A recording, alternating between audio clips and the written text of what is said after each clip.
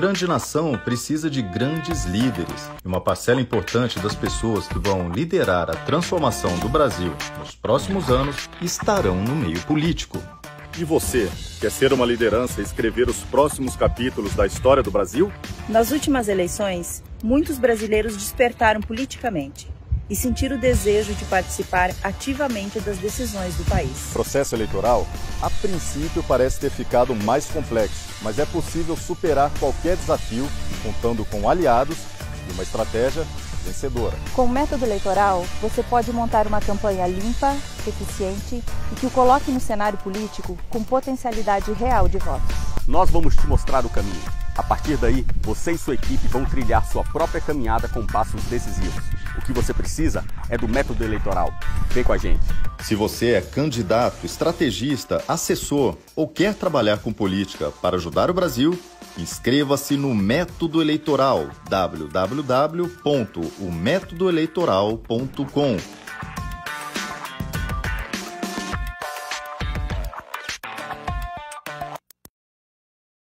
Olá pessoal, boa noite. Estamos começando o Media Watch dessa segunda-feira, 1º de junho de 2020. Eu sou o Rafael Fontana, estou aqui essa noite com Fernando Melo e a Polícia Federal fez uma nova visitinha à casa das pessoas que já tinham sido invadidas na semana passada, né, Fernando? Muito boa noite. Boa noite, Rafael. Boa noite a todo mundo que acompanha a gente. Agradeço de coração a sua presença, agradeço o fato de vocês esperarem a transmissão começar. É muito bom para a gente ter essa segurança aqui com vocês. E peço que vocês fiquem firmes aí com a gente. Dê um like nesse vídeo, compartilhem o link, chama as pessoas da tua rede social. Se você não conseguiu pegar ao vivo, segunda, quarta e sexta, 18h30, eu e Rafael Fontana lançando um pouco de luz sobre a notícia. Vem com a gente, muita notícia importante para a gente comentar. Vamos falar, obviamente, sobre o caso aí da Polícia Federal intimando as pessoas para depor. Vamos falar sobre o Jair, vamos falar sobre o que tem acontecido na República. Rodrigo Maia utilizando a máquina da Câmara dos Deputados para se autopromover e para caçar os comunicadores que estão aí independentes da grande mídia. Enfim, vamos nessa, muito assunto importante que a gente tem que comentar hoje aqui. Essa série de fatos, né, Fernando, que faz a gente perguntar se estamos vivendo sob o império da lei ou à margem da lei, né? Porque nós já temos um Supremo que atua à margem da Constituição. É aquele que deveria ser o guardião da Constituição, né? Uma Constituição cheia de problemas, mas tinha que ser respeitada. Então, a nossa questão de hoje é, que está aí no título da nossa página, nós vivemos sob o império da lei ou não? E acabou ou não, Fernando? Exatamente. A gente está vivendo um problema hoje no Brasil, né? A gente está vivendo no Brasil, o problema aqui não é nem de falta de lei. A gente chegou num ponto estranho, né, Rafael? Que é o ponto agora, parece que a gente está vivendo o excesso de lei, né? Porque nós estamos vivendo num império onde quem manda não é mais o homem, né? Onde nós, indivíduos, né, o cidadão brasileiro, ele não é mais o foco. Parece que a pátria não gira mais a nosso favor, não gira mais em torno de nós, mas sim em cima de um processo legal, em cima da letra fria da lei, que sequer é aplicada de forma fria, né? Como as tábuas ali de Moisés. Elas são aplicadas após a interpretação do Supremo Tribunal Federal. Dessa forma, a gente conseguiu criar uma armadilha perfeita para suprimir toda a liberdade individual. Um sistema de lei gigantesco, um arcabouço jurídico que vai desde vaquejada, passando por tatuagem em serviço público, até crime de racismo. E tudo isso ao bel prazer do STF, que interpreta do jeito que ele quer. Como tem interpretado que antifas são guerreiros pela democracia e senhorinhas com camisa do Neymar são pessoas antidemocráticas. Muito obrigado a Cláudia Odaguiri, que se tornou membro do canal, seja bem-vindo. Henrique Leite já manda uma mensagem: como nutricionista, me coloco à disposição do Planalto para receitar uma dieta para aumento de testosterona. Isso daí, pessoal, nosso lado tem de sobra, o outro lado tem de menos. Mas o que a gente queria falar, Fernanda, é começo de mês de junho, a gente não chegou à metade do ano ainda, temos que perseverar. Um ano muito difícil, que teve a mentira do século. Dificilmente algo será pior do que isso. E, Fernando, como está diminuindo o número de casos, as pessoas acordaram para essa mentira, você precisa substituir a narrativa, né? Um ano de eleição presidencial nos Estados Unidos, em que o terror imposto pela gripe chinesa não foi o suficiente para derrubar a popularidade de Donald Trump. Precisa criar imediatamente um novo problema. Qual que foi a saída? Inicialmente, a morte do cidadão americano, o George Floyd, nos Estados Unidos, que desencadeou esses protestos violentos, covardes, né, absurdos que estão acontecendo nos Estados Unidos, com o mesmo modus operandi que a gente viu em Hong Kong, no Chile, e agora estão tentando importar para o Brasil. A nossa recomendação para o governo, no momento desse, é preciso agir com rigor.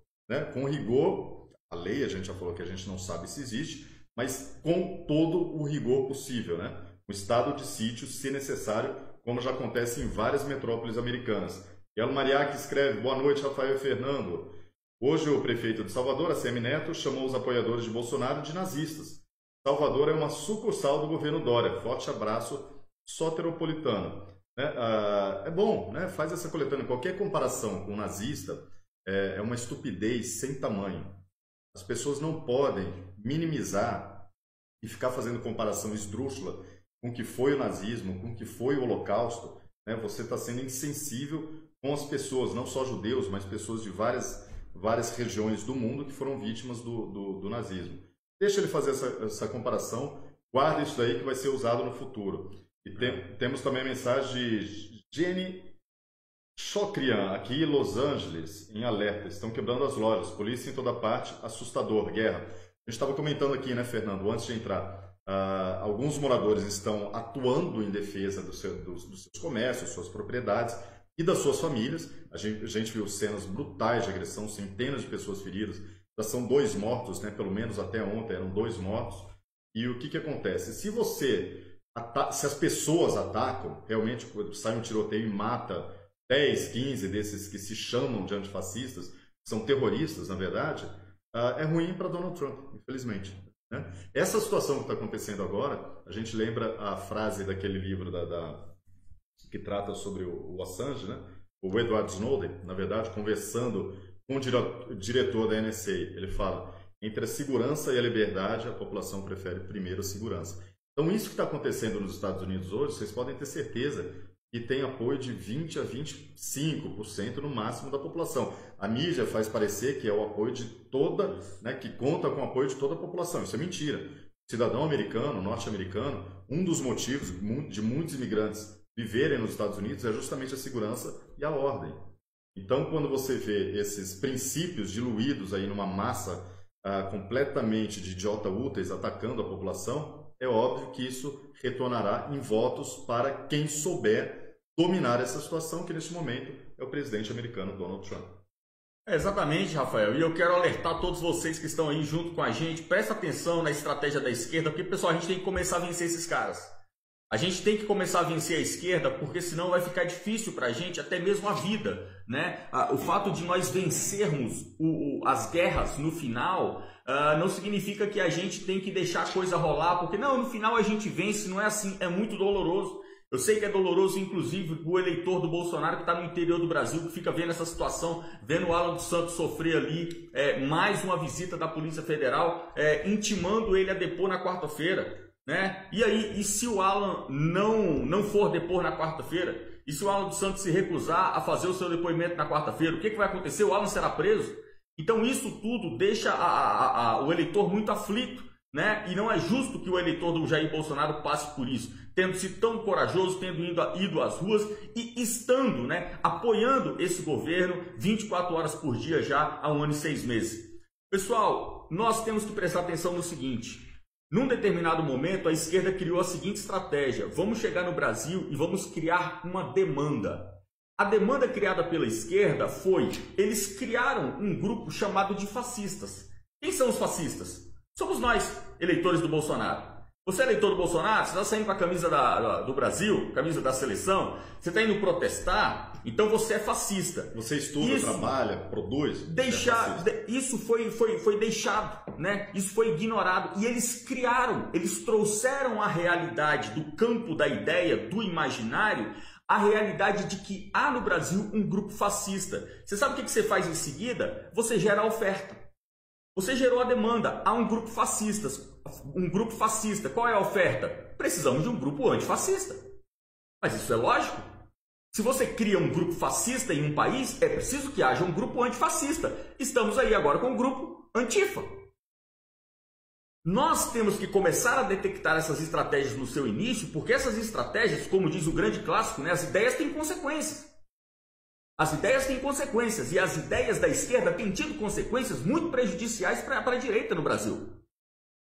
A partir do momento em que eles gritaram fascista e nós deixamos passar, nós demos a ele a oportunidade de chegarmos nesse ponto aqui. Criaram agora a solução para um problema que não existia, que é trazer para o Brasil o grupo Antifa para desmobilizar os fascistas.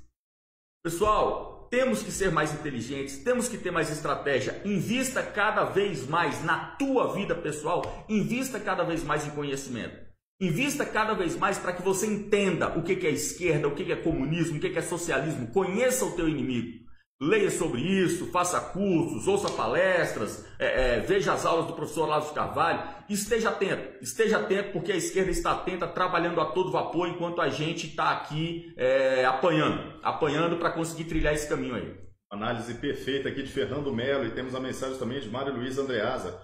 Fernando, a inversão de valores é clara. Vi seu vídeo do sábado, qual será o momento em que haverá uma resposta real a essa ditadura do STF?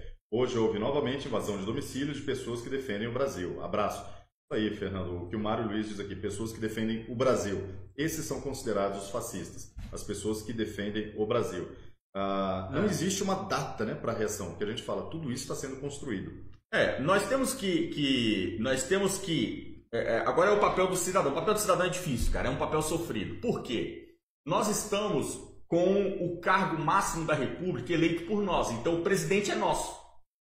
Nós conseguimos eleger o Jair. Então, ao mesmo tempo que a gente conseguiu eleger o Jair, nós agora temos que fazer aquela cobrança que é natural do eleitor e deve acontecer. Você jamais deve parar de cobrar políticos, você tem que cobrar sempre. Então, nós temos aqui, por questão de justiça, a liberdade de fazermos essas reclamações, mas nós também temos que saber que o Jair Bolsonaro, ele é um cara muito bem decidido.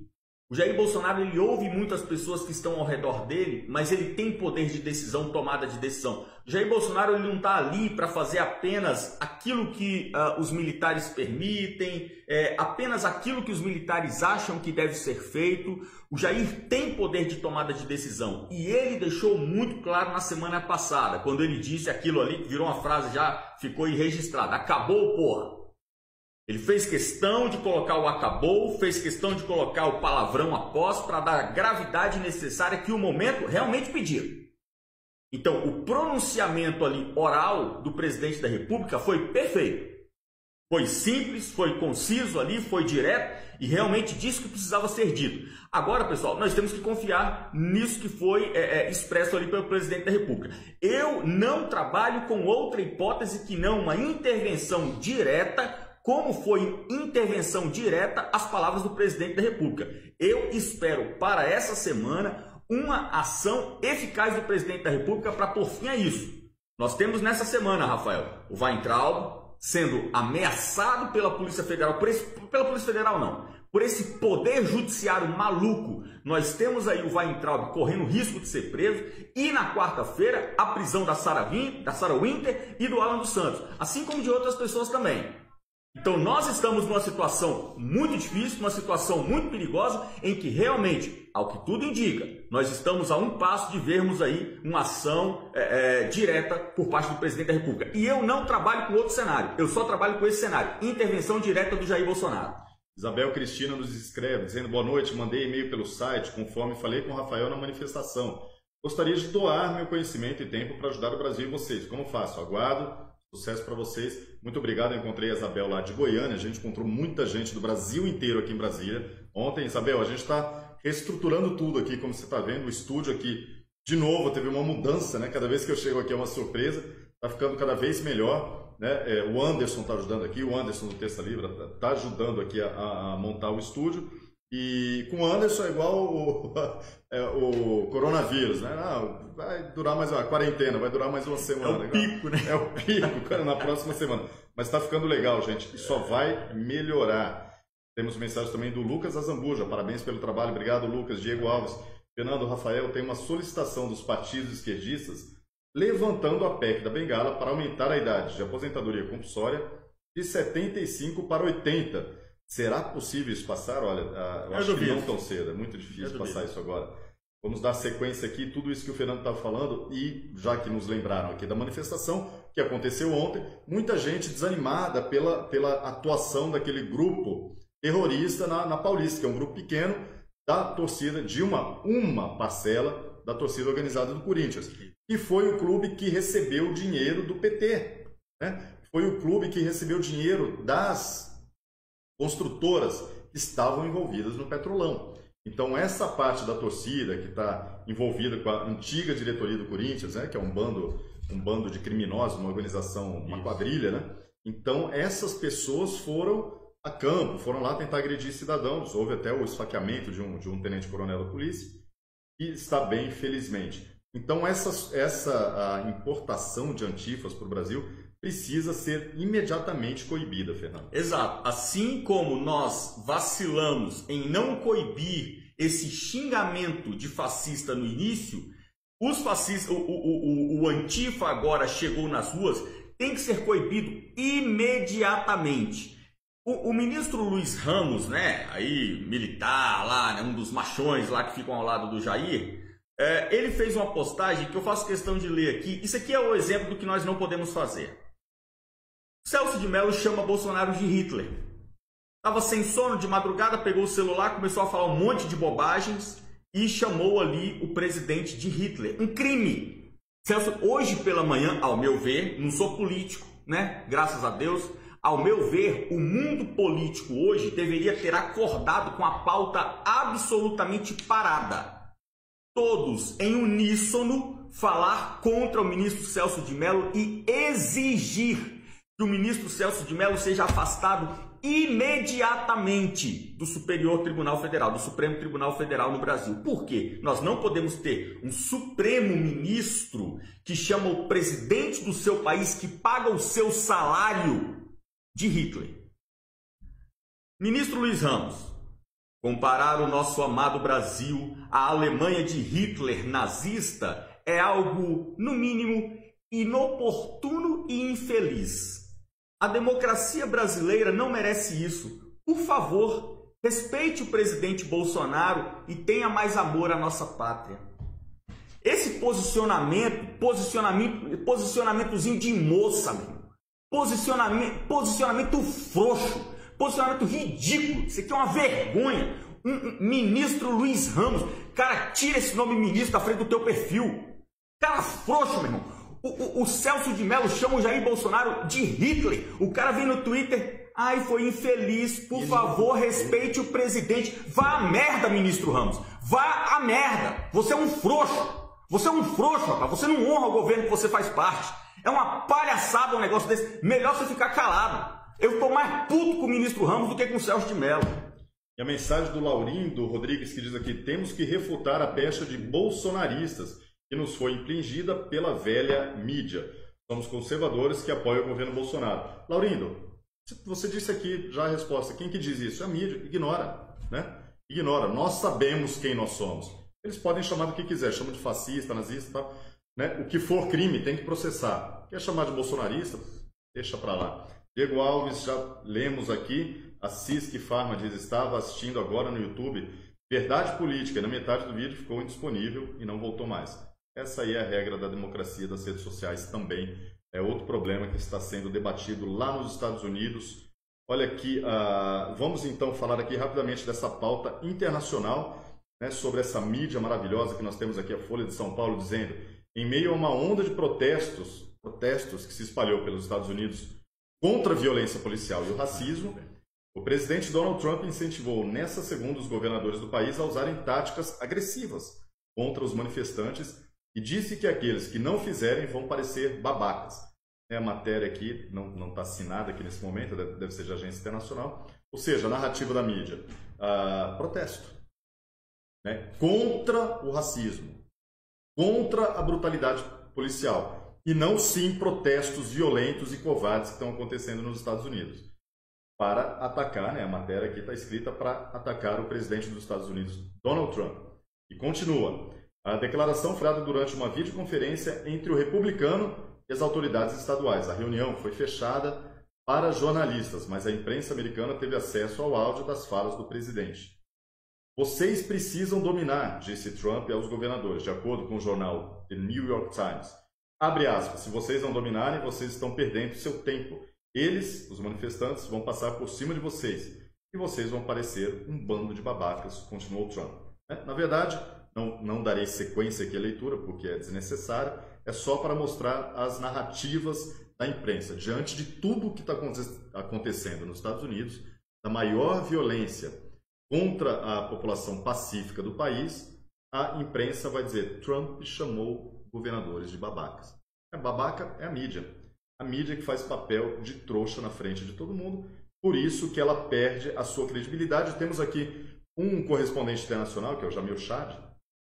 Ele é conhecido, bastante conhecido no jornalismo como um militante, até a tatuagem da foice do martelo, a nádega esquerda. Ele diz, o chanceler palestino Riyad al-Maliki afirmou que o governo brasileiro está sofrendo uma perda de sua reputação internacional e lamenta a guinada na política externa do país. Em 2019, o governo brasileiro modificou de forma radical sua posição no Oriente Médio, apoiando uma proposta de Donald Trump e de Israel para estabelecer um acordo na região. O Itamaraty deixou ainda de votar em resoluções da ONU em defesa dos interesses palestinos e anunciou que pretendia abrir uma embaixada do Brasil em Jerusalém. Fernando, esse é o tipo de jornalista que já teve audiência no passado, já foi escutado, sua opinião já foi relevante.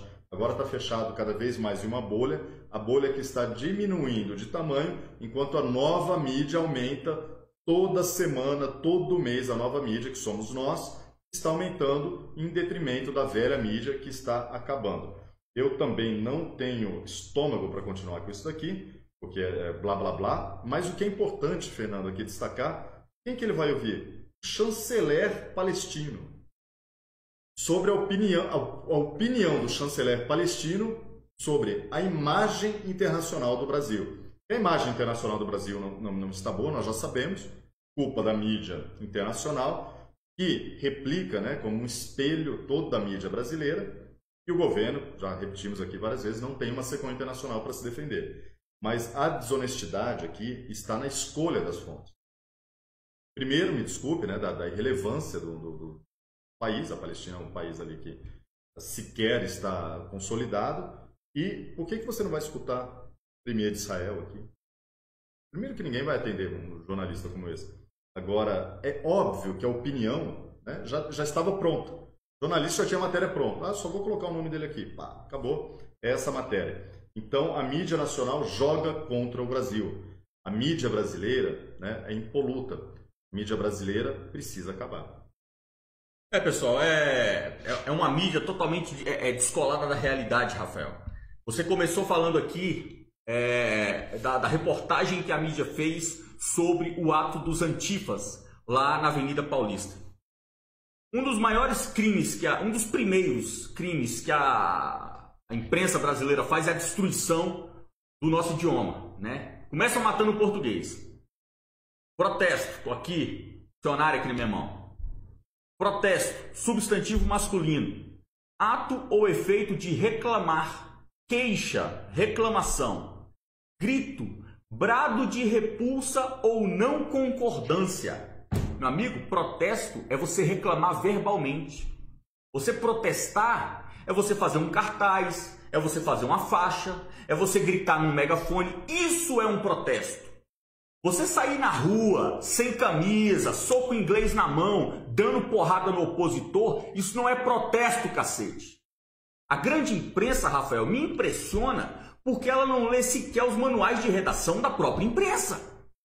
Se esses caras lessem o manual de redação do Grupo Assis Chateaubriand, o manual de redação da Folha de São Paulo, eles conheceriam o que é jornalismo, o que é a redação de um texto.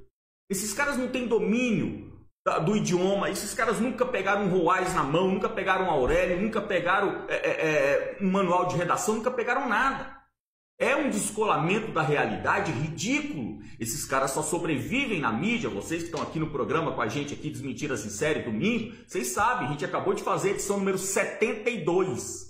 72 semanas desmentindo a imprensa, rindo da cara da imprensa e xingando muito também. Pessoal, esses caras só sobrevivem porque, Rafael, eles estão num meio onde eles são protegidos. Eles estão num meio onde eles não se submetem à lei de mercado, à lei de concorrência. Vem pra internet, meu amigo. Bora ver quem é quem. Mete uma live do Estadão aqui. Bora ver aqui pau a pau. Vamos aqui. Bota uma live da Folha de São Paulo aqui com a gente. Bora ver. Bora ver quem realmente está falando a verdade. Vamos ver quem realmente vai informar aqui as pessoas. Vamos ver quem tem coragem de emitir opinião nesse mundo de hoje. Porque hoje a imprensa não emite opinião. Eu tenho dó do cara que uma hora dessa tá vendo pingo nos is. Podia estar aqui com a gente. Porque, meu amigo, a coragem que a gente tem aqui de emitir opinião, mas você vai ser preso, que se lasque. Mas vai responder processo, que se dane. Agora, aqui a gente emite opinião. Aqui você fica sabendo o que o Rafael pensa. Você pode não concordar com o Rafael, mas você vai ouvir a opinião dele. Aqui você vai ouvir a minha opinião. Aqui você vai ver a gente que, de acordo com a imprensa, somos os bolsonaristas, sentando o cacete no ministro Ramos, que eu tô puto com essa história. Então aqui você ouve questionamentos, inclusive ao governo Bolsonaro, que você não ouve nem na grande imprensa. Que a Vera Magalhães nem xingar o governo, ela sabe. Ela xinga o governo de uma forma totalmente errada, não sabe nem bater nos inimigos, burra pra cacete. Até para você criticar as coisas, você tem que ter conhecimento. Como esse povo não conhece nada de governo Bolsonaro, não conhece nada de conservadorismo, nada de direita, nada de povo brasileiro, só fala bobagem, até na hora de criticar. Nós estamos vendo aqui esse meliante desse Jamil Chad, jornalista conhecido no mundo inteiro. Você fala desse meliante aqui lá no Cazaquistão, os caras sabem quem é esse mané. Só fala bobagem. Só fala bobagem e vive aqui no Brasil sendo alardeado como correspondente internacional. Sabe tudo de esporte. Fala de futebol, fala de meio ambiente, fala de judiciário, fala de tudo. Isso aqui é o arauto da velha. Só fala merda um cara desse. Por quê? Porque não tem conhecimento nem do próprio país. Não conhece o Brasil. Então as pessoas que não conhecem o Brasil acabam falando bobagem e emitindo opinião errada. Como tem emitido opinião errada toda a grande imprensa na análise desses protestos de domingo. Vamos lá, finalizando. Domingo nós não tivemos uma manifestação nossa na Paulista. Teve um ensaiozinho. Por quê? Porque um bando de retardado, desgraçado, bandido, pago com dinheiro do PT, sai na rua para dar porrada nas velhinhas, meu amigo. E as nossas manifestações são feitas por criancinha, pai de família, mãe de família, muita gente já, mais de 60 anos, pessoa de bem, que sai ali levando uma garrafinha de água, né? O documento no bolso, um dinheirinho para comprar um picolé ali quando tá muito calor. Então as pessoas não saem para fazer arruaça. Você dá de cara com 10 marginal de soco inglês, você vai fazer o quê, meu amigo? Você vai apanhar, como nós vimos vários apanhando. Mas essa palhaçada vai acabar também. Essa palhaçada também vai acabar. Porque já me ligaram, já ligaram para mim hoje, Rafael, e ontem também. Pessoas que estão se organizando, policiais, pessoas que são donos de academia de artes marciais, pessoal da turma da segurança, que trabalha com segurança, e diversos, segurança comercial, segurança empresarial, segurança privada, galera tá se organizando. Vocês querem ir no braço, meu amigo? Então vai no braço. Vocês querem ir na porrada? Então vai na porrada. Vocês querem utilizar essa linguagem? Então utiliza essa linguagem também. Agora, nós não vamos parar de protestar. Nós não vamos parar de manifestar o nosso apoio nas ruas e nós não vamos baixar a cabeça para um bando de desgraçado, não. Porque, inclusive, a justiça está do nosso lado.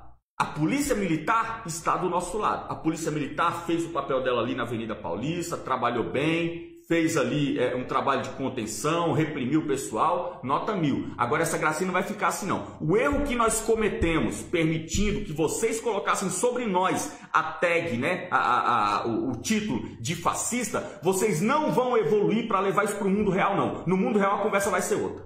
Exatamente, Fernando. E aqui em Brasília, a manifestação ontem teve 30 mil pessoas somando, os que estavam no Carmo e na Praça dos Três Poderes. E aumentou muito o número de pessoas na Praça dos Três Poderes, Fernando.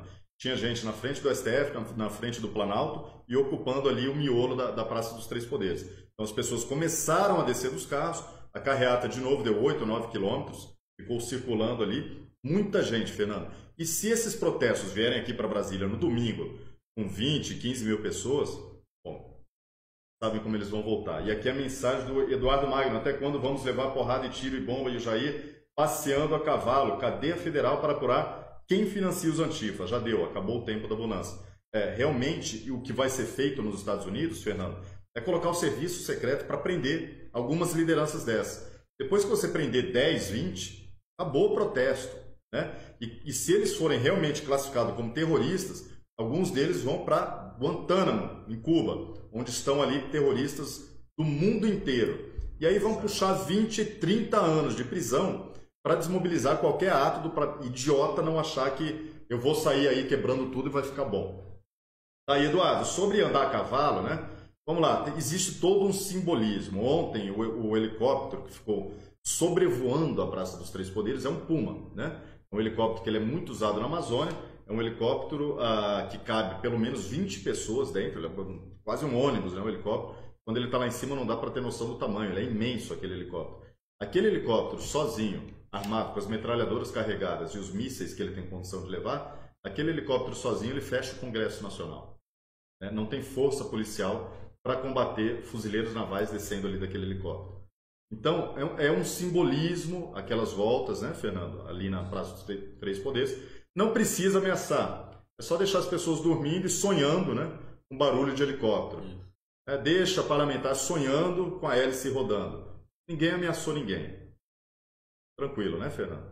Mas existe um simbolismo, tanto no helicóptero quanto na cavalgada ali na frente do Palácio do Planalto. Não acho que é só passeio. Alexandre Machado, depois do "você é um frouxo, toma meu dinheiro", como é possível violência por parte da esquerda e os frouxos não respondendo à altura? O que devemos fazer diante da possível escalada da violência? O Fernando já falou aqui muito bem. Elianai Castro, lutar é lutar, lutar e lutar é a nossa saída, orgulho do trabalho de vocês, é isso aí. E Paulo Sérgio Bardella, a forma descarada que os golpistas comunistas estão agindo pode ser um indicativo de que eles estão sendo apoiados pelas Forças Armadas? Não, de forma nenhuma. Isso não existe no Brasil. Eles são apoiados pelo crime organizado, são apoiados pelas FARC, pelo ELN, pelo Sendero Luminoso e por vários grupos terroristas da América Latina. Sim, eles são apoiados, mas não são apoiados pelo Exército Brasileiro nem pela Força Constituída. Se qualquer integrante, qualquer membro das Forças Armadas estiver por trás disso, ele tem que ser preso, né? Lei de crime contra a segurança nacional, que no caso de ser aberta uma guerra, a gente sempre diz que o Brasil não tem pena de morte, né, Fernando? Existe sim. O Superior Tribunal Militar, né, o STM, se uma pessoa trair o país em tempos de guerra, declarado ou não, sim, existe a pena de morte no Brasil, nesses casos exclusivos. A CISA, 30 mil pessoas em Brasília, uma pequena amostra, bem mais do que os 11 do STF e Congresso Nacional inteiro. Já não deu para ver que somos a maioria? Não vamos aceitar o inaceitável. Exatamente. Mário Luiz Andreasa, Rafael Fernando, novamente agradeço pela clareza e firmeza ao falar sobre a situação em que estamos. Por favor, mantenham as lives todos os dias, só assim conseguirei dormir. Abraço grande.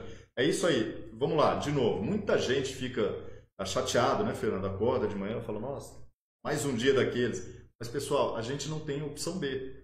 Nós não temos plano B, né? Está começando o mês de junho, renovação de esperança. A gente luta, como disse aqui o nosso amigo. Lutar e lutar, a nossa amiga, todos os dias. O que a gente vai fazer?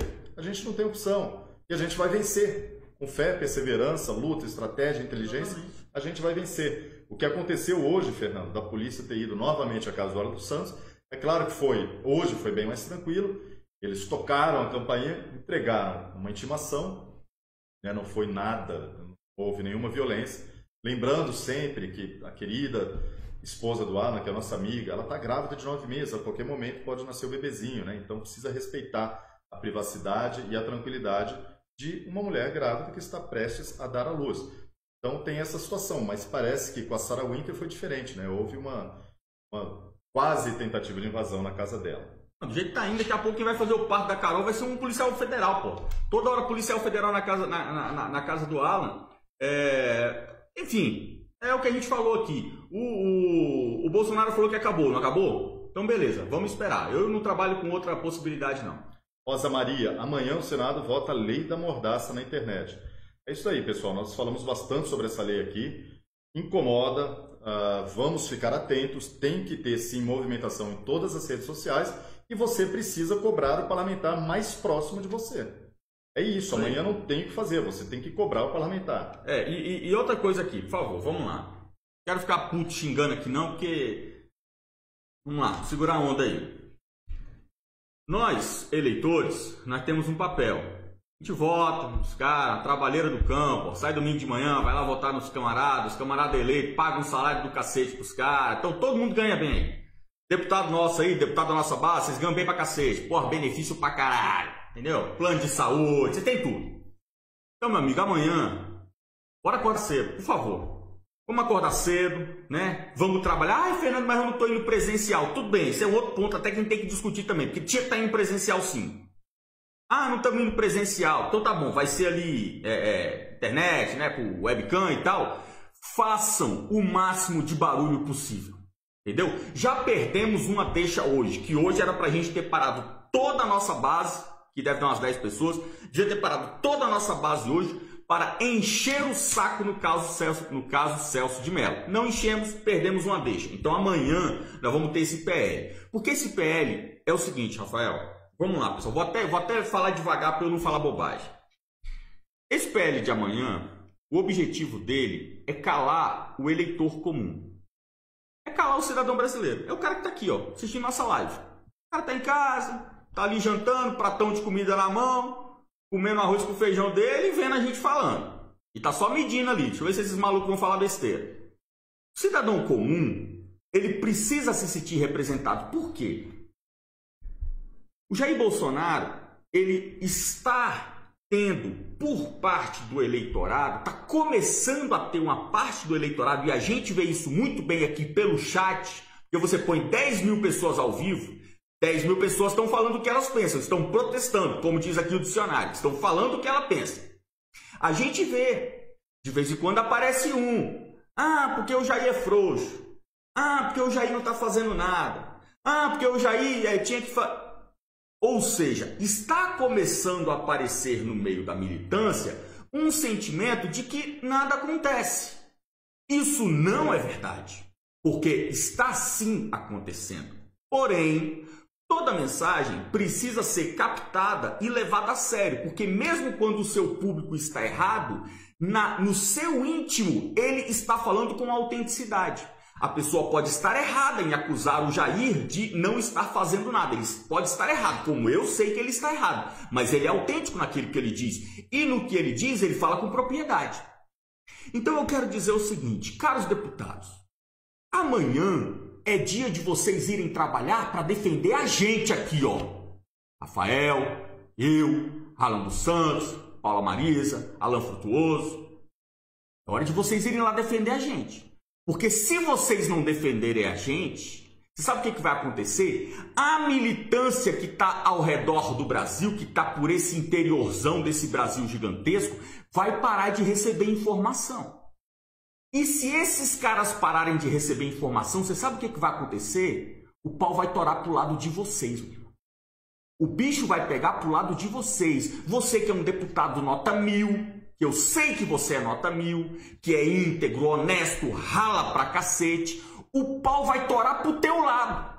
Porque você vai perder o link que liga Brasília, esse cancro, como diz o Weintraub, que liga Brasília ao interior do país. Então amanhã acorda cedo, meu amigo. Vá lá defender o meu rabo. Vá lá defender o rabo de quem está no YouTube, de quem está no rádio, de quem está escrevendo no Facebook, de quem tem perfil no Twitter. Vá lá defender o nosso. Porque ao defender o nosso, você está defendendo o seu também. Não vamos deixar a bola do capitão cair, não, porque se a bola do Jair cair, meu amigo, vai rodar todo mundo. Vai rodar youtuber, vai rodar deputado, vai rodar radialista, tia do Zap, vai todo mundo pra merda. Então amanhã, pau na máquina. Maria Deusalina, seja bem-vinda como novo membro aqui do canal. Franklin, Fernando, como a PF, que é subordinada ao Ministério da Justiça, aceita as arbitrariedades do STF em várias casas das pessoas? Não consigo entender. A gente falou isso daqui semana passada. Realmente existe um grupo da PF que está ali atribuído. Eles também têm medo de perder o emprego, né, Fernando? É claro, a interferência que dizem haver da presidência da República na Polícia Federal é uma mentira. Isso aqui, né, só comprova. Só que, neste momento, os policiais estão cumprindo ordens. Pode chegar um momento que eles parem de cumprir as ordens, né, Fernando? A Polícia Federal ela é subordinada ao Ministério da Justiça, que pertence ao Poder Executivo, mas ela é uma instituição autônoma, né? Dá para você chegar lá, o presidente falar, ninguém mais vai cumprir. Não é bem assim. Mas se a população estiver continuamente se manifestando, uma hora eles vão parar de aceitar ordens inconstitucionais. Nigelson Paiva, de Recife, lá escreve: boa noite a todos, fomos às ruas apoiar o presidente e agora somos afrontados por terroristas com apoio do STF.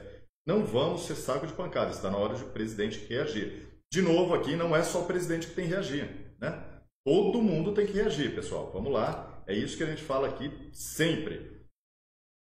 Temos também a mensagem aqui da Lana. A votação do PL 200 do PL da Mordaço começa no Senado, não é? Sim, porque ela começou ali no Senado, é uma lei do Senado e depois ela pode ir para a Câmara e volta ao Senado, é isso, Fernando? Sim, mas não tem nada a ver o fato da lei ser no Senado com o fato de que amanhã os deputados podem jogar paciência no computador. Eu também não sou senador não, mesmo. Eu também não trabalho no Senado não, nem cafezinho no Senado eu tomo. E eu tô aqui dia e noite dando porrada nesses vagabundos. Então, amanhã, deputado, vereador, prefeito, todo mundo que é Jair Bolsonaro, fez arminha com a mão, não fez? Então amanhã, pau na máquina. Andréa Carla, vocês acham que o Exército pode atuar para proteger a população e o patrimônio público dos antifas no domingo? Sim, desde que haja um estado de sítio declarado. Aí vão se unir forças policiais em alguns lugares, né, da Polícia Militar, sempre lembrando que a Polícia Militar age de acordo com o governo estadual até o Exército entrar.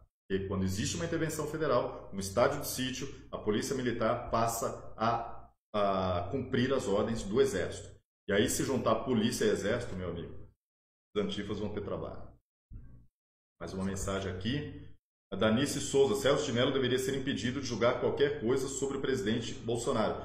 Celso de Mello deveria ser proibido de andar na rua. Ele deveria estar preso. É isso. Só isso. Né? Só isso. E por que a gente está dizendo isso? Não é porque a gente é autoritário. Pô, vocês são foda, vocês não gostam do cara que quer prender o cara. Não sou petista não, mesmo. Petista é que faz isso. Nós estamos falando que o cara não chamou o presidente de Hitler? Chamou. Porra, não é crime chamar as pessoas de nazista, pô. É crime ou não é essa merda? Ou pode? Não, então libera. Então libera. Ou é crime ou não é? Não é crime não. Então tá bom. Então eu vou chamar o Freixo de Hitler, vou chamar o Lula de Hitler, vou falar que a mulher lá que morreu cravada de bala lá era nazista. Tá liberado ou não tá? Vamos, como diz o ditado, meu amigo, o combinado não sai caro. O problema é que combinaram que não valia chamar os coleguinhas de Hitler. E agora estão chamando. Então esse trem tá errado. Vamos conversar de novo e vamos acertar os pontos. O Celso de Mello cometeu crime. Não foi infelicidade, não foi mal feito, como diz o general Ramos, foi crime. E essas pessoas, como o general Ramos, está vendo criminosos cometerem crimes contra o presidente da República e estão fazendo postzinhos no Twitter. Só isso. Eduardo Galvão, nosso amigo Rafael Fernando. Bolsonaro já deu dois chegas, mas mais um ele perde a credibilidade. Fernando, estávamos conversando isso aqui. A ação viria via STM, destituindo um ou mais ministros do STF. Sim, nós verificamos que existe essa possibilidade. Fernando, se acontecer isso, vamos lá, imagina uma situação. Não, artigo 142, não vamos fazer uma intervenção militar total no país. Nós vamos ao STF e pensar, né? A palavra é justamente pensar. Toffoli, Gilmar Mendes, Alexandre de Moraes, Celso de Mello, que já vai aposentar, pinça 4. Meu amigo, você acha que os outros vão fazer o quê? Um piafino. Você acha que o Congresso vai fazer o quê? Né? O Congresso que está na mão do STF, que paga, né? Vários deputados e senadores pagam ali para não ser preso pelo STF. Eles vão ficar quietos. Ficar todos quietinhos ali, falando, ó, levou 4, quer levar 5 não? Leva mais um. Né? Essa situação, Eduardo. Verônica Chaves, gente, por favor, eu peço encarecidamente, fiquem do lado do presidente, confiem nele. Não escutem as opiniões de esquerdopatas, né? As opiniões de esquerdopatas a gente ignora, mas o presidente precisa defender a população da mesma forma que a população defende o presidente. Exato. É essa a regra, né? Então vamos dar sequência aqui, porque temos mais uma matéria. A Assembleia de São Paulo mantém tradição governista, esse é o título, hein? Título da Folha de São Paulo, tradição governista e arquiva pedidos de impeachment contra Dória. O presidente da Assembleia Legislativa de São Paulo, Cauê Macris, do PSDB, o mesmo partido de Dória, arquivou 3 pedidos de impeachment contra o governador João Dória, incluindo o apresentado por deputados alinhados ao presidente Jair Bolsonaro. Esse pedido havia sido apresentado em abril, em meio à guerra entre o Tucano e o presidente a respeito de medidas contra a pandemia do coronavírus, mas seu arquivamento já era esperado.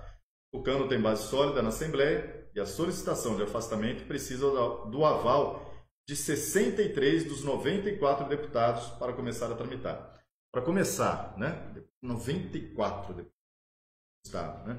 Tem países riquíssimos, muito mais ricos que o estado de São Paulo, Dinamarca, Suíça, Bélgica, Holanda, que não tem esse número de deputados. E no Brasil você tem um número absurdo de deputados, de vereadores, de prefeitos, de tudo, né? Porque você precisa enxugar a máquina. Foi o que a Itália fez, né? Diminuiu o número de deputados. Mas você precisa, então, desses 94, você precisa de 63. Falta mais protesto em São Paulo, Fernando. Mais mobilização, porque aqui vai ficar difícil. Quem detém o poder de abrir o processo de impeachment contra qualquer governador de estado é a Assembleia Legislativa. E no Distrito Federal, a Câmara Legislativa. Isso só com pressão popular, não adianta, né? Agora a mídia, de novo, trazendo no título aqui, tradição governista. Né? Como se fosse uma coisa assim. Talvez estão tentando até fazer uma crítica, mas tradição governista, isso aqui é o toma lá da cá. Simplesmente negociata. Não tem tradição governista.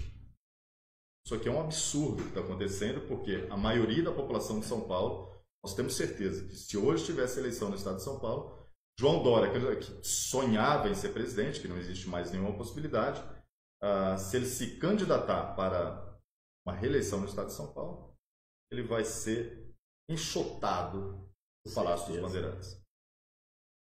Exatamente. A melhor coisa é você ser amigo da imprensa, né? Quando você é amigo da imprensa, você pode dar porrada em velhinha, que eles te chamam de manifestante. Você pode fazer acordo, né? Você pode trocar favores, eles te chamam de tradicionalista. É um grande tradicionalista político, né? Este homem. É uma palhaçada. A imprensa, sinceramente, eu troço nojento a imprensa. Governador, calça tochada, por enquanto, continua em São Paulo. Essa matéria aqui do Correio Brasiliense, para a gente poder variar um pouquinho, falar dos diários associados, já que é para falar de empresa falida, mais uma aqui. Título da matéria: Bolsonaro publica vídeo com frase atribuída a Mussolini, ditador fascista. Vamos à matéria aqui, querido. O presidente Jair Bolsonaro compartilhou nas redes sociais um vídeo no qual aparece a frase atribuída ao ditador fascista Benito Mussolini. Abre aspas: melhor viver um dia como leão do que 100 anos como cordeiro. Diz um trecho da imagem. Fernando, né?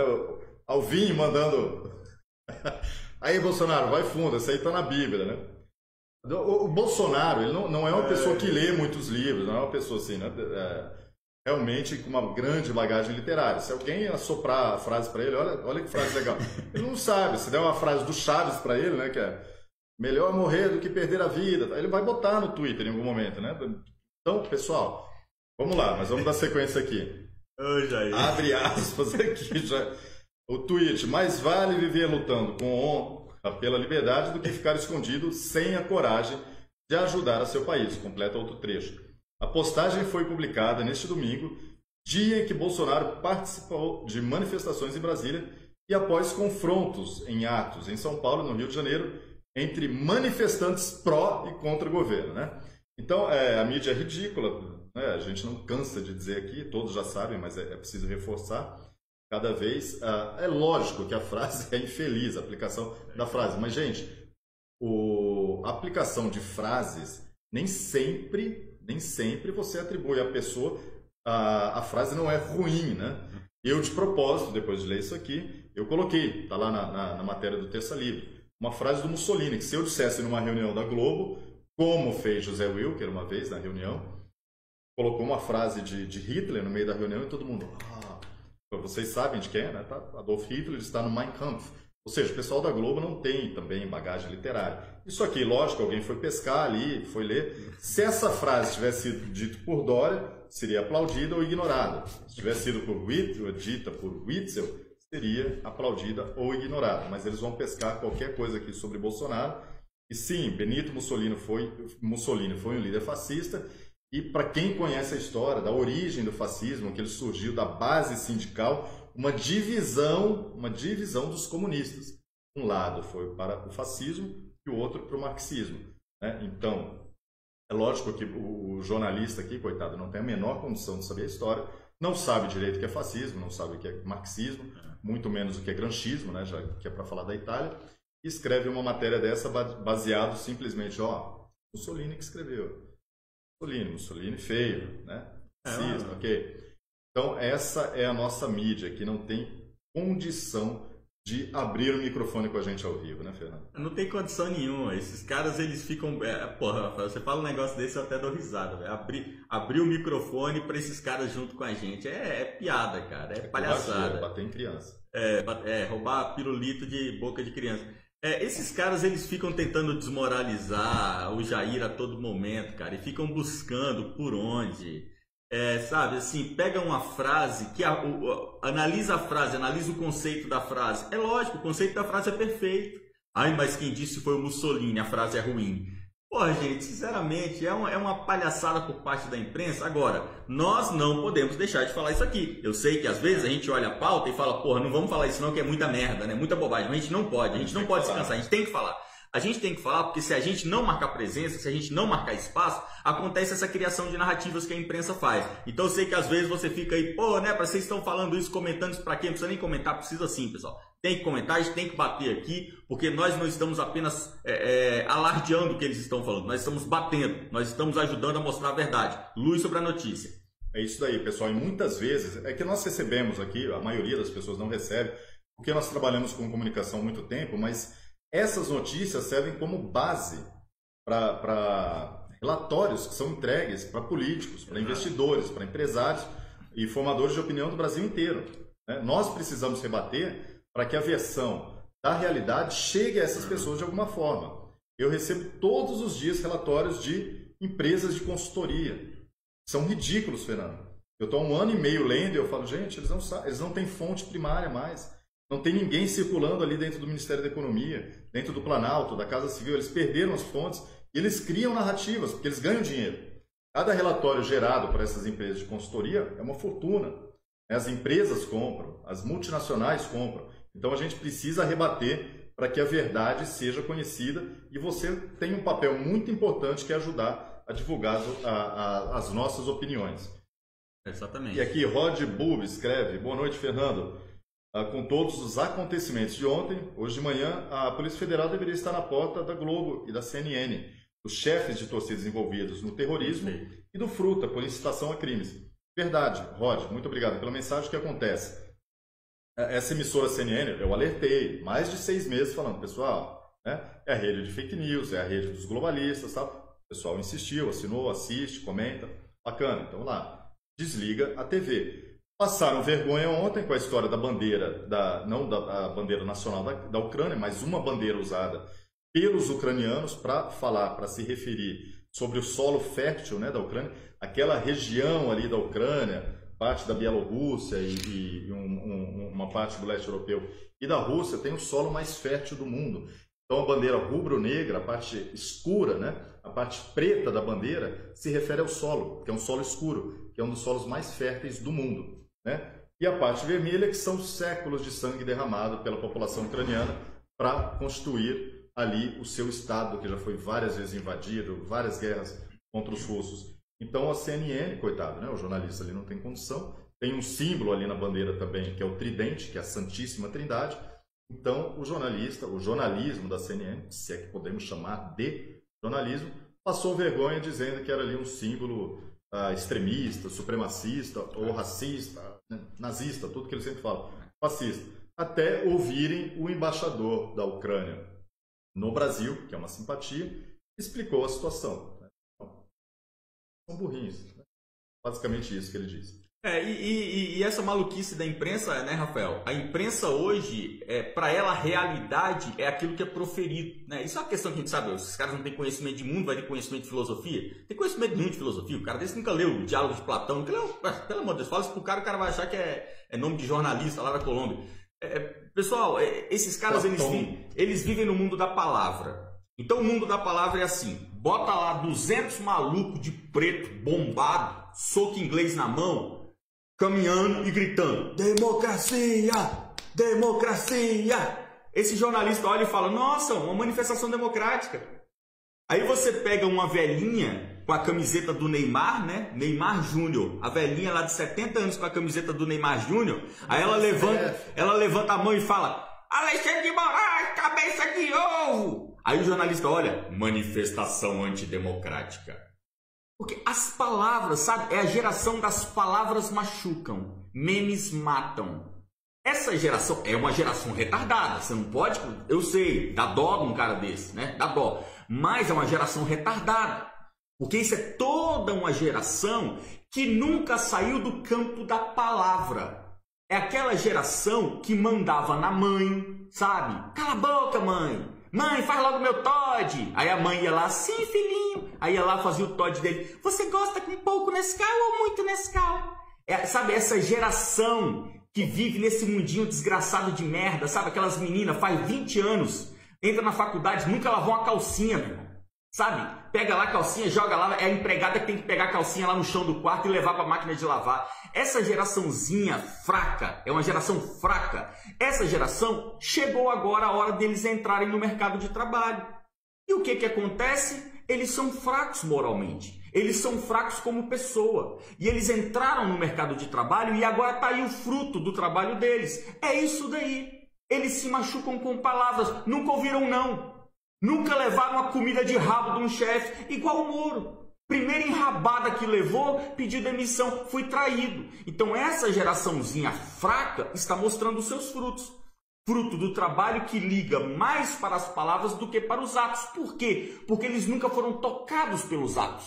Eles vivem no mundo da palavra, eles vivem no mundo da ofensa verbal. Fui xingado, né? Meu namorado me xingou, aí fica 3 dias na fossa. Essa gente é o símbolo dessa geração. Agora nós, é um dos papéis também do conservadorismo.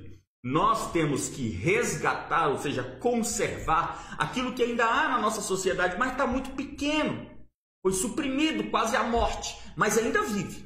Em alguns lares brasileiros ainda vive. E nós vamos resgatar isso e popularizar aquilo que os nossos pais foram, nossos avós foram. Isso também é parte do conservadorismo, é parte do que nós viemos fazer nesse Brasil. Obrigado, Fernando, pela opinião. Sempre precisa aqui do Fernando. E a Miriam Cleide escreve: tenho percebido o Alan muito nervoso. Sei que não faço ideia do que ele e todos que estão sofrendo com essa injustiça. Que Deus esteja conosco. Minhas orações por todos os justos que lutam pela verdade. É isso aí, gente. Isso é muito legal. Oração é importantíssimo, né? Nós todos que somos cristãos e temos a nossa fé, as orações são muito importantes. E Miriam, nós estivemos ontem com o Alan, ele recebeu muito apoio, muito carinho ontem. Quando ele caminhou, né, saiu ali igual um maluco andando pelo eixo monumental, filmando os carros, foi até a rodoviária, né, mais de 2 quilômetros ali, em passadas largas, e depois ele voltou. E todo o trajeto que ele foi subindo, ele recebeu apoio ali do pessoal que estava dirigindo, buzinando, gritando, cumprimentando, e depois ele voltou para a Praça dos Três Poderes, e também recebeu muito carinho, né, e muito apoio. É lógico que a situação é difícil, nós conversamos ontem e manifestamos o nosso apoio. O apoio de vocês é importante, tanto para o Alan quanto para os demais 28 que sofreram essa agressão, né? Agressão do STF. Até, Fernando, a gente estava falando da Sarah Winter, que dá um pouco assim, de compaixão, porque ela às vezes sofre com um pouco de ingenuidade nas ações, muita gente questiona, critica, eu entendo, eu também não faria nada do que ela está fazendo, mas enfim, é uma pessoa que tem um propósito e vai até o fim, né? Ela está errada, mas ela está indo até acertar, e a política de direita precisa de mais pessoas, precisa de mais mulheres, né? A gente precisa trazer mais mulheres para estar ao lado, para estar apoiando, porque as mulheres formam opinião, as mulheres fazem homens mudar de opinião, né? A gente sente falta de que mais mulheres participem, mais cidadãos de uma forma geral. Perguntam para a gente também, Fernando, para o Fernando, para mim, para a Raquel, por que vocês não se lançam candidato? Por que vocês não participam das eleições? Porque, né? Imagina, o Fernando vai disputar a eleição ou no Distrito Federal, que é um ovo, ou em Minas Gerais. Eu vou para São Paulo e a Raquel para o Rio Grande do Sul. Somos 3. Só que se a gente trabalhar com o que a gente está querendo, com treinamento de pessoas para entrar na política e ocupar espaços, se a gente conseguir eleger 15, cada um de nós já vale por 5. Se a gente eleger 30, já multiplica por 10. E se a gente conseguir 90, Fernando, cada um de nós elegeu 30. É muito mais importante ter vereadores e prefeitos agora, nas próximas eleições, e vão se transformar em deputados estaduais, federais, senadores, quem sabe daqui a alguns anos presidente da República, né, Fernando? Exatamente, Rafael. Aproveitando, quando você fala isso, eu quero deixar claro para todo mundo aqui. Nós estamos, a direita, essa parte da organização da direita, Rafael, nós, Terça Livre, pessoal do Brasil Paralelo, Instituto Borborema, todos os canais de YouTube, a gente chegou até aqui de uma forma muito boa, graças a Deus conseguimos chegar até aqui, mas eu acho que a gente tem que evoluir, a gente tem que passar para uma outra fase. Nós chegamos até aqui com esse processo de doação. Sabe, quem gosta do nosso trabalho ajuda, como vocês estão ajudando aqui através do Superchat. Você manda uma pergunta, o YouTube destaca a tua pergunta, mas no fundo, você está fazendo uma ajuda financeira ao Comunicação em Política. Agradecemos de coração porque foi graças a isso que a gente chegou até aqui. Mas a gente tem que dar um salto. A gente tem que dar um passo para que a gente consiga, em duas plataformas, plataforma da mídia, nós temos que nos transformar na grande imprensa. Nós temos que ser a grande imprensa. A gente tem que meter uma live aqui e colocar 100 mil pessoas ao vivo. Todo dia. Como que a gente vai fazer isso? A gente tem que sair de um estúdio pequeno, a gente tem que ir para uma coisa maior, tem que ter repórter, tem que ter jornalista, tem que ter redator, tem que ter pessoal de mídia, enfim. Nós temos que chegar lá. No campo da política, nós temos que eleger pessoas. Nós temos que eleger. A campanha desse ano é vereador e prefeito. O que a gente fez? Nós criamos o método eleitoral, na linguagem publicitária de comunicação, de um material que foi criado academicamente pela Raquel Brunheira. Então a Raquel Brunheira ela construiu o método eleitoral. O Rafael transformou tudo isso numa linguagem de comunicação e eu vim com a minha visão publicitária. São 3 profissionais envolvidos no método, onde nós estamos, ao mesmo tempo em que nós estamos fazendo algo, trazendo à existência um produto, ou seja, nós produzimos um método eleitoral, nós estamos, ao invés de pedindo ajuda das pessoas, agora o jogo virou. Agora nós estamos oferecendo algo a vocês. É um produto que você adquire, e eu digo isso para você aqui com toda a convicção. É um valor, ou seja, o valor que há neste produto é um valor que vale 10 vezes mais do que o preço cobrado para que você o obtenha. Aqui nós não estamos pedindo para você ajudar o Comunicação e Política fazendo o método eleitoral. Não, pelo contrário, nós estamos ajudando você. Você que nessa eleição de 2020 quer ser vereador no teu município, você que quer sair candidato a prefeito, ou você que quer trabalhar na política, elegendo vereador ou prefeito, ou trabalhando no gabinete do vereador ou trabalhando na prefeitura, está aqui uma chance por preço de banana. Faça o método eleitoral. Acesse www.ometodoeleitoral.com, sem BR, www.ometodoeleitoral.com. Conheça esse método, é um produto que nós trazemos a você para mudar a sua campanha política. Nós estamos dando algo a você que você pode mudar a realidade do teu município, se elegendo e ganhando a eleição deste ano. Pessoal, não perca a oportunidade, conheça o método eleitoral. É isso aí, e temos aqui um número interessante, Fernando, porque em 2016 foram 56 mil vagas para vereador. Na verdade, foram 57.931, mais 5.568 vagas de prefeitos. Ou seja, pelo menos aqui 63 mil vereadores e prefeitos. É um número astronômico. Né? Foram, Fernando, foram escolhidos por mais de 144 milhões de brasileiros, de eleitores, e 495 mil registros de candidatura. Tá?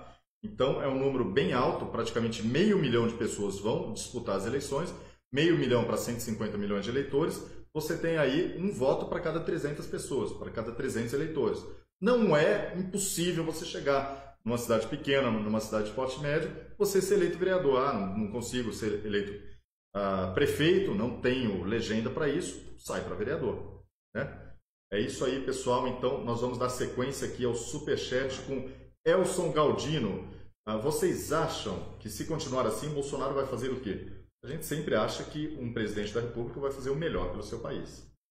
Temos a mensagem de Guilherme Wood, a gente falou, Fernando, Rafael Mussolini nunca disse isso. A frase é do Trump, só que um meme falso propagou a versão errada a partir de 2016. Olha lá. Pior ainda do que a gente imaginava, Fernando. Também Ferreirosa, contamos com vocês, excelente trabalho. Vocês já falaram sobre o fascismo nas narrativas midiáticas? Ele está entremeado, né, o fascismo, mas desde Mussolini, desde o Gramsci, quando ele trabalhou toda a questão do marxismo e tentou ocupar 3 espaços, né, que eles estão fazendo isso com muita competência desde então, que é comunicação, artes e educação, né? Artes inclui a cultura, ele já entremeia todo esse discurso em toda a comunicação, que é a mídia, a imprensa que a gente vê hoje em dia. Temos também a mensagem do Roberto Dias: qual a dificuldade em nós, conservadores, termos uma emissora de rádio? Dificuldade nenhuma. A gente só acredita, você precisa preencher uma grade de rádio, porque uma emissora de rádio ela começa a programação ali às 5 da manhã, vai até meia-noite, 1 da manhã. Você precisa preencher essa programação, mesmo que você repita parte da programação. Imagina, o nosso programa aqui tem em média 1h30. Você imagina preencher 16, 18 horas de programação. Então precisa de equipe, precisa de braço, precisa de voz, precisa de equipamento. Então essa seria a dificuldade que a gente muitas vezes não vê necessidade, Fernando, porque a internet possibilita que a gente chegue a muita gente, não tanto quanto o rádio e a TV, mas a gente já consegue atingir um público, né? Teve live semana passada aí com 120 mil pessoas ao vivo. Né? 120 mil pessoas não, 120 mil computadores conectados. Muita gente coloca isso na tela da TV, muita gente compartilha com outras pessoas ali dentro de casa, estão assistindo. Então 120 mil aparelhos ligados naquele momento, você coloca em média 3 pessoas assistindo, já são 360 mil. Só que depois o número de visualizações chegou a 900 mil, né? Então você coloca aí que mais de 2 milhões de pessoas assistiram uma única live de um canal do YouTube. É um número muito alto para o YouTube, é um número muito alto para falar de política, né, Fernando? Tem gente que fala de cultura, tem gente que fala de games e tal, e não consegue atingir um público tão alto. Cultura, que é um assunto áspero, árido, espinhoso, está alcançando cada vez o número, cresce toda semana, né, Fernando? É isso aí, prova disso são vocês que estão aqui com a gente agora, escutando o Media Watch, segunda-feira, 1º de junho. Muito obrigado a Álvaro Pinheiro, que se tornou membro, e obrigado Suzy Minion, que mandou uma mensagem aqui para a gente, uma doação. E o César escreve: vejo os inimigos gritando em desespero. O problema é não termos a visão dos bastidores, concordam? A gente tem sim a visão dos bastidores, muitas vezes uma visão que a gente compartilha com vocês, outras vezes uma visão inútil, e muitas vezes a informação não chega para a gente, né, Fernando? Essa é uma falha de comunicação do governo e deveria estar mais ligado com a gente. A gente tem nossos contatos, temos as nossas fontes, muitas das informações que nós transmitimos aqui para vocês vêm dessas nossas fontes aí do governo. Uma pessoa falou aqui no chat que vocês só leem superchat. Pessoal, infelizmente nem superchat a gente lê ao todo. São muitas mensagens. A gente tem uma pauta que a gente tem que seguir, né? Agradecemos, é óbvio, pelo superchat, porque vocês sustentam o trabalho do canal inteiro. Mas, infelizmente, nem mesmo todos os superchats a gente consegue ler. Então, tá bom? É por isso que a gente não lê. Se a gente for ler todos os superchats e ainda ler as mensagens, a gente não consegue sequer tocar a pauta. O Alexandre Lemos ele mandou um superchat, eu não tinha lido. Alexandre, desculpa. O Alexandre está dizendo o seguinte: não podemos ter ministros como Celso de Mello por 31 anos. Tem que ter tempo de deputado, 4 anos, ou senador, 8, para acabar com o aparelhamento. O Alexandre está fazendo uma reclamação com o fato aqui do cargo para ministro do STF ser vitalício, né? Eu acho, Alexandre, eu acho que o ponto nem é se seria 4, 8, 12. Eu acho que o ponto é discutirmos alguma coisa. Porque você veja que sequer a gente consegue discutir a revogação da PEC da Bengala. Então parece que assim, tudo aquilo que é feito ali no mundo dos supremos ministros, a sociedade sequer tem autoridade para discutir. Eu, no final de 2018, antes do Jair assumir, eu falava aqui no Comunicação e Política: olha, a primeira coisa que o Jair vai ter que fazer é discutir o judiciário.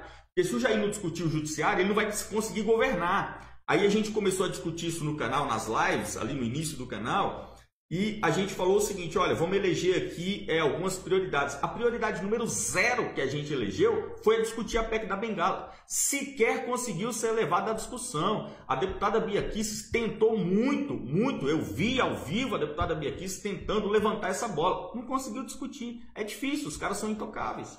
Isso aí, é muito legal a mensagem do Alexandre, porque é o seguinte: tem países, e não precisa ir muito longe não, na Argentina, que tem mandato para juízes e procuradores, né? Alguns cargos do judiciário são preenchidos, como já foi aqui também no passado, alguns cargos de juiz, preenchidos por mandato, 4, 8, 16 anos. Acabou, meu amigo, vai trabalhar com advocacia, vai abrir seu escritório, vai abrir uma empresa, para de mamar no Estado. E sobre cargos vitalícios no Supremo, que acontece nos Estados Unidos, também, né, isso se repete na Suprema Corte.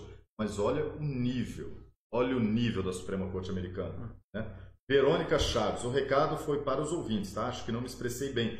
Verônica, eu não vi sua mensagem anterior aqui, mas muito obrigado pelo seu superchat.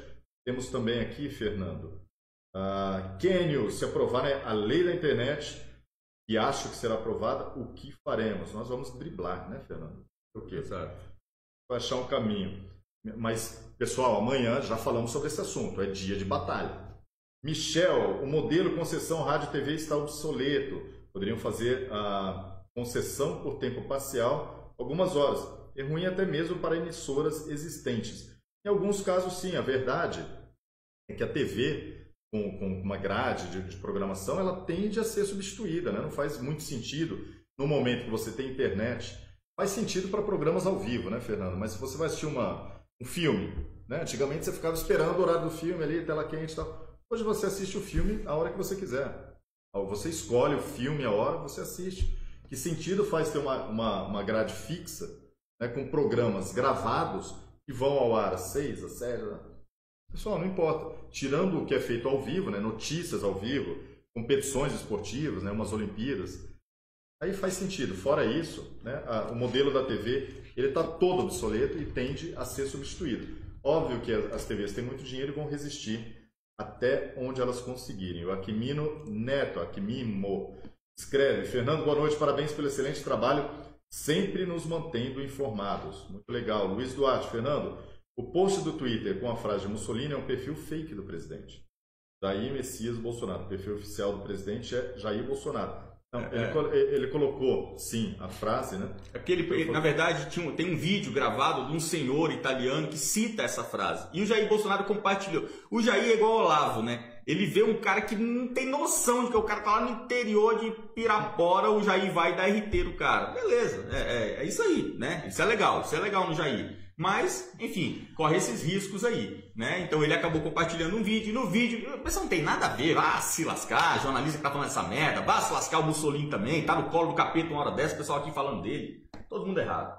Vamos dar sequência aqui então, porque a gente tem pauta, Fernando. Vamos ver, vamos escolher aqui a dedo então. Olha isso aqui é importantíssimo que a gente falou ontem.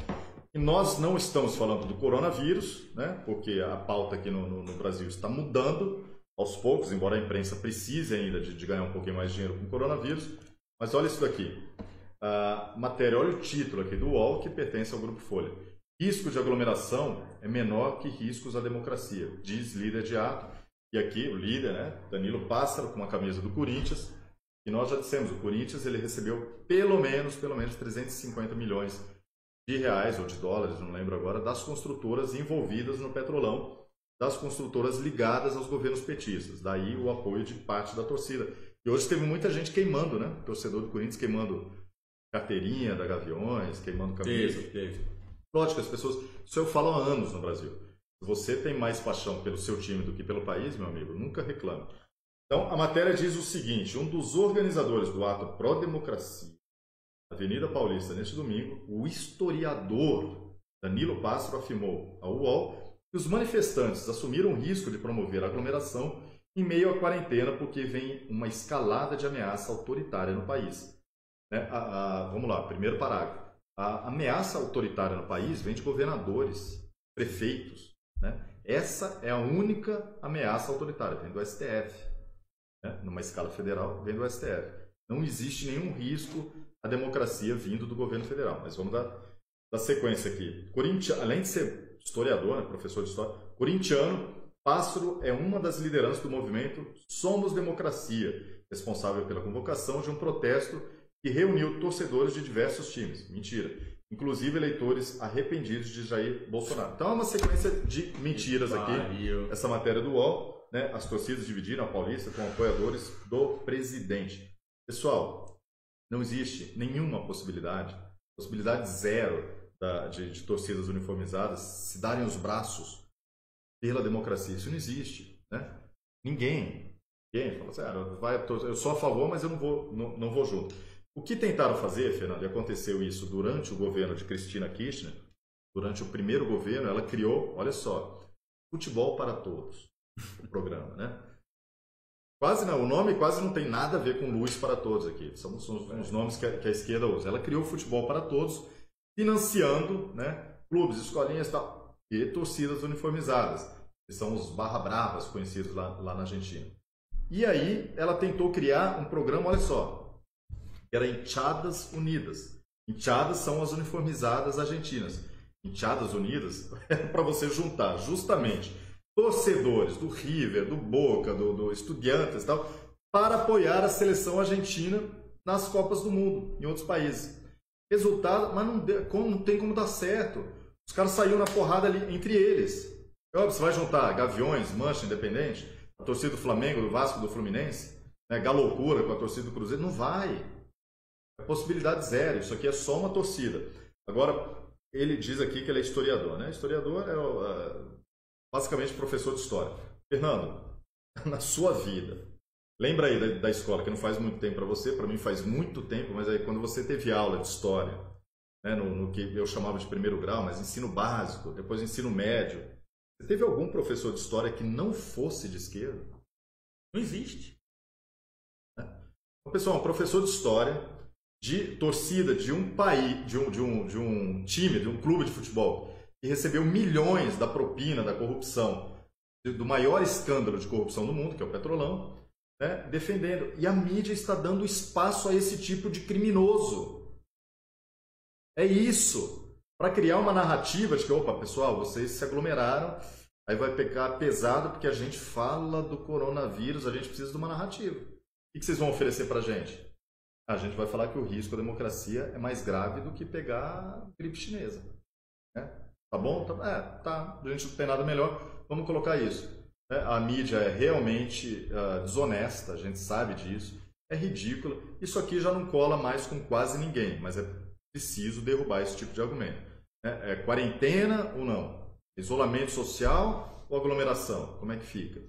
Nunca passou de um experimento social, né? Nunca passou disso.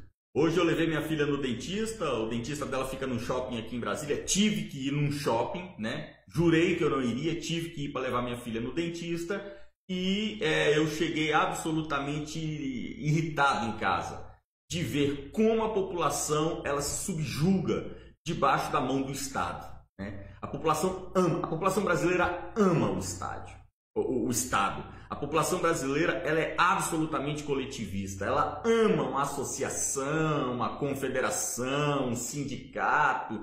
Chegou o Estado, mandou todo mundo andar pelado na rua, todo mundo andar pelado na rua. É uma merda. O professor Marcelo Santos está reclamando que a gente não leu o superchat dele, é verdade. O professor Marcelo Santos digitou lá no início, né, da live: Generais Bananas de Pijamas, Mourão foi substituído por um boneco.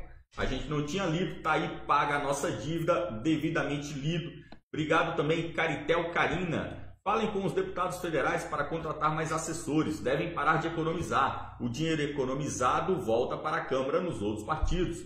A gente já teve essa discussão ali com os deputados e, enfim, vamos ver. Os piores nesse sentido são deputados do Novo, né? Que eles ficam, né? O Novo só vê dinheiro, né? Para eles, administrar o Brasil é administrar as finanças, né? Então eles pecam muito nesse sentido. Mas conversar com essa galera sobre também estratégia de combate ao comunismo é meio também desperdiçar tempo, né? Eu não tenho mais saco, não.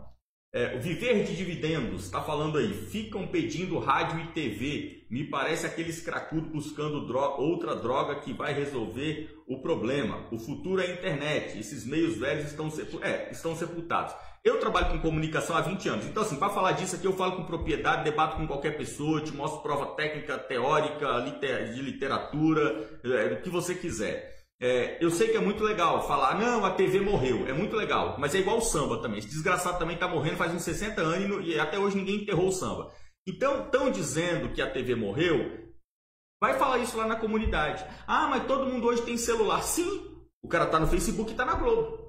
Né? O cara tá ali no Facebook, tá no SBT, tá no WhatsApp, mas tá vendo a Rede TV. Então nessa parte aí, meu amigo, discutir comigo é perder tempo. Eu detesto televisão. Eu, pessoalmente, eu não assisto televisão. Aqui em casa todo mundo vê. Vê por quê? Porque aqui o pessoal se amarra em série, ou adora ver filme. Então, cara, tem públicos diferenciados. A falar que a televisão morreu é declarar a morte do samba. É uma bobagem. A televisão não morreu. A gente pode discutir o seguinte: a informação jornalística hoje, ela é buscada na TV? Aí sim, a gente pode começar a discutir. Agora, falar que a TV, como o veículo de comunicação, ele não morreu e não vai morrer. A TV não vai morrer. E há tendências também, Fernando. O modelo da TV é isso, né? Que a gente discute. Não é o aparelho da TV, não é a tela da TV. O que a gente está discutindo é o modelo antigo da TV. O que eram programações ali rijas, né? Fixas, não vai existir mais no futuro. Só para programas ao vivo, né? Que vai ser uma parte ali do noticiário. Mas como o Fernando disse aqui, as pessoas vão buscar cada vez mais informação em outros meios que já não estão acreditando mais na velha imprensa, né? A nossa nova mídia aqui, que foi inaugurada recentemente, está conseguindo muito mais credibilidade do que a velha mídia. E também tem públicos de idades diferentes também, né, Fernando? A gente sabe que públicos de mais idade preferem, gostam, tem muita gente que gosta de escutar o rádio. No carro, muitas vezes, a gente está no carro e está escutando o rádio. E os mais jovens têm uma tendência a ficar mais ligados na internet. E o Roberto Dias Vieira diz aqui: a razão do meu comentário é que acompanhar o rádio é de graça. Eu coloco entre aspas o de graça, mas realmente, você compra um equipamento de rádio ali, você vai escutar durante 5, 6 anos, só tendo comprado, e a captação é gratuita. Exato. Mas veja bem, o anúncio que está ali no rádio não é gratuito. Você está pagando. Quando você compra qualquer coisa, qualquer aparelho que foi anunciado no rádio, teve publicidade, propaganda no rádio, na TV, o preço daquilo que você comprou já está pagando essa publicidade.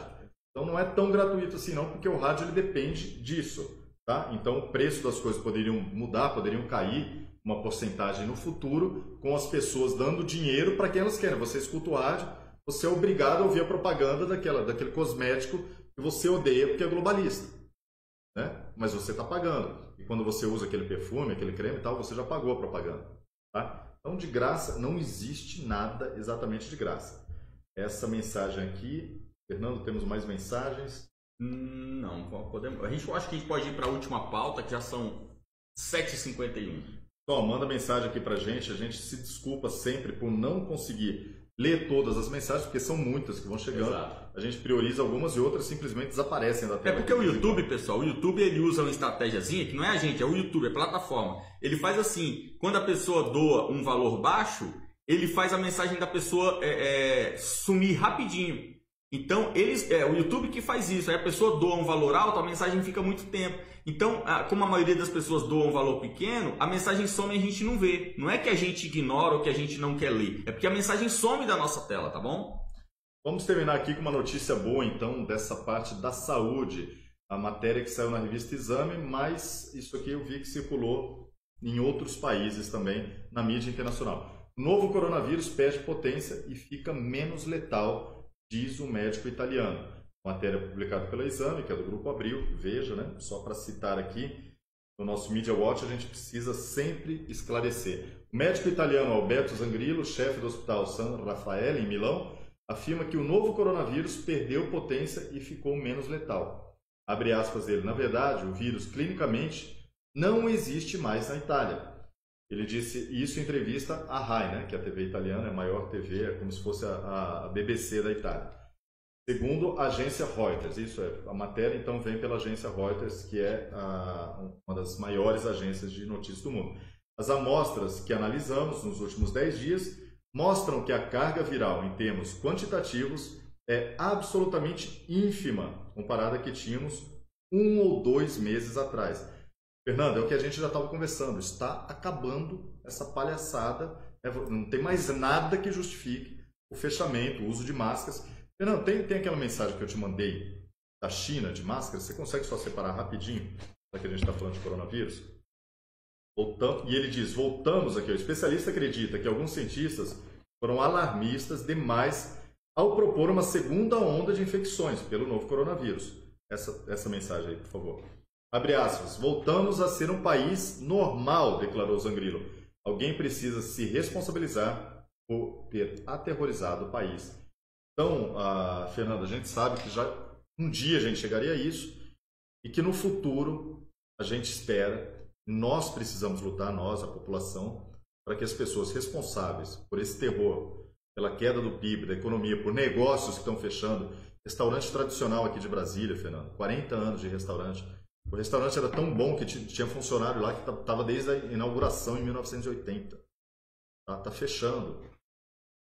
Alguém precisa ser responsabilizado para que isso nunca mais aconteça. A gente vai mostrar essa imagem porque estamos falando de coronavírus e o Fernando estava falando da sua irritação com as máscaras. Fernando, isso aí é uma imagem da China. Essas máscaras, você pode observar ali que tem um filtro. Né? Para a gente que viveu na China, a gente conviveu com isso por anos. Né? Não é uma coisinha da hora, passou, chegou uma pandemia. Não, os chineses usam essas máscaras há pelo menos 15 anos, pela poluição do país. Do centro para o norte da China, mais da metade da população, a China tem 1,4 bilhão de habitantes, ou seja, mais de 700 milhões de pessoas respiram um veneno. Né? O ar da China é venenoso. Não é que fala São Paulo, Rio, Cubatão, não é nada comparado. Ridículo, né? O São Paulo, o dia mais poluído, que está com PM 2.5 ali na casa de 35, 40, já acende o alerta.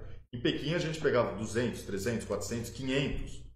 Dia limpo em Pequim é dia poluído em São Paulo. Tá? Então a população chinesa que vive um regime comunista atroz, uma ditadura, desde 1949, elas estão usando essas máscaras para contornar a população. O governo diz, né, recomenda que a população use as máscaras. E a pessoa, Fernando, isso é psicologia pura, né? Ela não consegue mais se enxergar como pessoa, ela perde a identidade, ela perde a sua personalidade, ela passa ali na frente de um espelho, numa vitrine de uma loja, você olha ali no retrovisor do carro, ela não se reconhece mais. Ela olha na rua, olha no metrô, olha as pessoas em volta, nos ônibus, ela não reconhece aquilo mais como ser humano. Então você transforma uma sociedade em bestas, feras, né?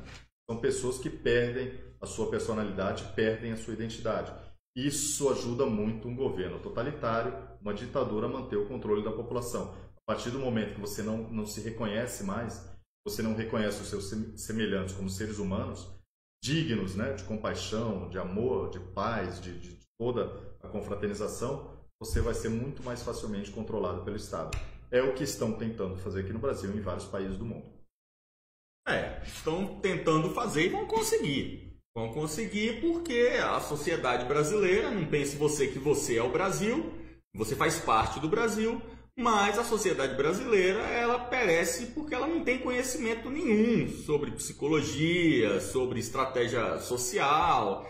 A população brasileira amou essa história das máscaras. E depois que acabar a obrigação das máscaras, eu não tenho um pingo de dúvida de que muita gente vai continuar usando. Muita gente vai continuar passando álcool gel na mãozinha. Muita gente vai tomar nojinho de ficar perto de outros humanos. Eu não tenho dúvida nenhuma. O pessoal não se preparou, não obteve conhecimento, ficou pensando só em sacanagem, futebol, mulata. Agora está aí, passando gelzinho na mão e achando que vai enfrentar o apocalipse zumbi. Isso aí, a mensagem aqui, a contribuição de Vanessa Nunes. Muito obrigado. Temos mais superchat, eu acho que eu vi subindo aí, Fernando. Pessoal, muito obrigado por vocês que estão acompanhando aqui o Media Watch no canal Comunicação e Política. A gente começando essa segunda-feira, semana nova, mês novo, é renovação. Pessoal, vamos lá, ânimo, a gente vai vencer essa batalha. Não adianta, não temos opção B, não temos plano B. E não vamos dar uma frase de Mussolini aqui, mas de Churchill, né? Vitória a todo custo, porque sem a vitória não há sobrevivência. E com isso ele levou os ingleses à vitória contra a Alemanha nazista, que era a maior máquina de guerra da história. Isso aí, Fernando? Exatamente, agradecemos. Eu agradeço a presença de todo mundo e eu digo para você, pessoal, mantenham-se firmes. Mantenham-se firmes. Nós temos o melhor governo que nós poderíamos ter. Entendeu? Não há outra opção no Brasil hoje. O Jair Bolsonaro ele é a melhor opção que nós poderíamos ter. Nós vamos vencer essa bagaceira. É porque no caminho tem luta. E na luta não adianta falar, não, a gente vai vencer mesmo, então peraí, deixa eu tomar uma aguinha de coco. Deixa eu botar as perninhas pra cima. Vai igual a Vera Magalhães lá na banheira. Bota os pezinhos de frango pra cima. Não, pessoal, a gente tem que lutar. Mas nós vamos lutar, mas nós vamos vencer esse trem. Obrigado, Pedro Aníbal. O pessoal da minha família está deixando de apoiar o Presida. Ele tem que agir rápido, vai perder o apoio e o mandato. Obrigado, Pedro Aníbal. Vamos terminar aqui com a frase do Pedro aí, a participação do Pedro. Muito bom, muito obrigado, Pedro. Fiquem com Deus. Até a próxima quarta-feira, 18h30. Estamos aqui, Media Watch. Obrigado, pessoal. Boa noite. Até quarta-feira. Uma grande nação precisa de grandes líderes, e uma parcela importante das pessoas que vão liderar a transformação do Brasil nos próximos anos estarão no meio político. E você, quer ser uma liderança e escrever os próximos capítulos da história do Brasil? Nas últimas eleições, muitos brasileiros despertaram politicamente e sentiram o desejo de participar ativamente das decisões do país. O processo eleitoral, a princípio, parece ter ficado mais complexo, mas é possível superar qualquer desafio contando com aliados e uma estratégia vencedora. Com o método eleitoral, você pode montar uma campanha limpa, eficiente e que o coloque no cenário político com potencialidade real de votos. Nós vamos te mostrar o caminho.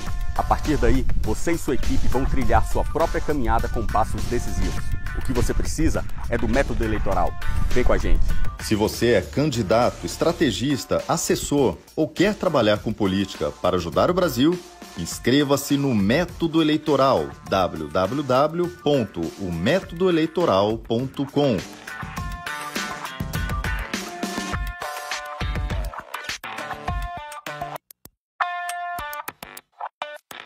Uma grande nação precisa de grandes líderes, e uma parcela importante das pessoas que vão liderar a transformação do Brasil nos próximos anos estarão no meio político. E você, quer ser uma liderança e escrever os próximos capítulos da história do Brasil? Nas últimas eleições, muitos brasileiros despertaram politicamente e sentiram o desejo de participar ativamente das decisões do país. O processo eleitoral, a princípio, parece ter ficado mais complexo, mas é possível superar qualquer desafio contando com aliados e uma estratégia vencedora. Com o método eleitoral, você pode montar uma campanha limpa, eficiente e que o coloque no cenário político com potencialidade real de votos. Nós vamos te mostrar o caminho. A partir daí, você e sua equipe vão trilhar sua própria caminhada com passos decisivos. O que você precisa é do método eleitoral. Vem com a gente. Se você é candidato, estrategista, assessor ou quer trabalhar com política para ajudar o Brasil, inscreva-se no Método Eleitoral, www.ometodoeleitoral.com.